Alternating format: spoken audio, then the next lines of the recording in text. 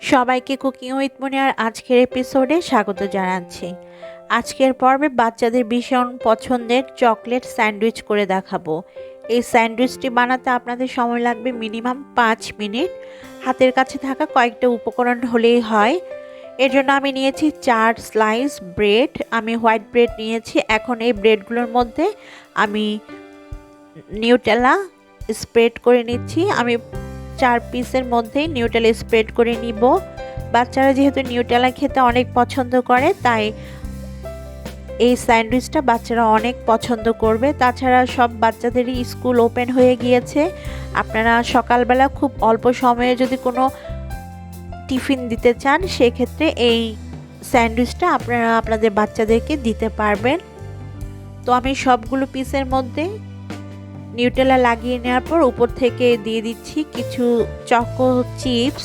এটা না থাকলে আপনারা চকলেটও দিতে পারবেন, আর যদি চকলেটও না থাকলে না দিলেও হবে, তবে দিলে খেতে একটু বেশি মজার হয়। বাচ্চারা চকলেটি অনেক বেশি পছন্দ করে, সেজন্য আমি দিয়েছি।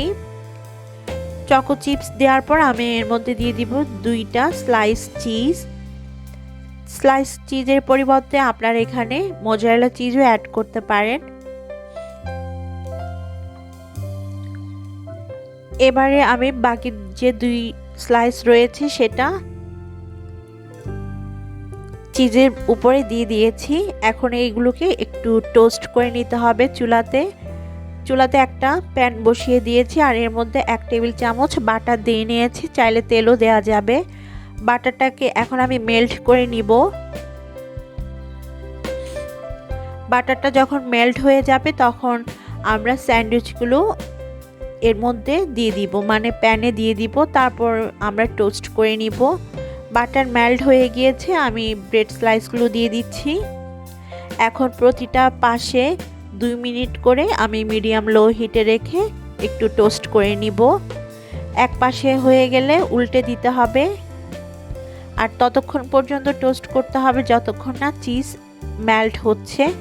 আর স্লাইস চিজ মেল্ট হতে বেশিক্ষণ সময় লাগে না। তো আমি উল্টে পাল্টে 2টা স্যান্ডউইচকে একটু টোস্ট করে নিচ্ছি। আর এইভাবে অবশ্যই টোস্ট করে নেবেন, তাহলে খেতে অনেক বেশি মজার হয়।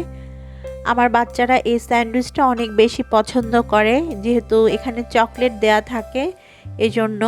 তো আমি খুব সুন্দর গোল্ডেন ব্রাউন কালার করে টোস্ট করে নিয়েছি। এখন নামিয়ে নিব আমাদের স্যান্ডউইচগুলোকে, কারণ এগুলো হয়ে গিয়েছে, চিজও মেল্ট হয়ে গিয়েছে। নামিয়ে নেওয়ার পর আমি মাছ বরাবর ট্রায়াঙ্গেল শেপে কেটে নিচ্ছি। তবে আপনারা চাইলে এভাবেও এই স্যান্ডউইচটাকে সার্ভ করতে পারেন। এই যে দেখুন ভেতরটা কতটা সুন্দর হয়েছে, একদম চকলেটি আর চিজ মিলে দারুণ একটা কম্বিনেশন হয়েছে। আশা করছি আমার আজকের পর্বটি আপনাদের সবার কাছে ভালো লাগবে। ভালো লাগলে প্লিজ আপনাদের সবার কাছে আমার অনুরোধ রইল আমার চ্যানেলটিকে সাবস্ক্রাইব করার জন্য।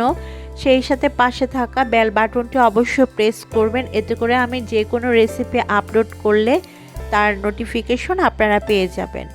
আমি একটা প্লেটে সার্ভ করে নিয়েছি, উপর থেকে একটু চকলেট সিরাপ দিয়ে সার্ভ করে নিয়েছি। তো এই ছিল আমার আজকের রেসিপি চকলেট স্যান্ডউইচ। আজকের মতো আমি বিদায় নিচ্ছি। আপনারা সবাই ভালো থাকবেন, সুস্থ থাকবেন। আল্লাহ হাফেজ।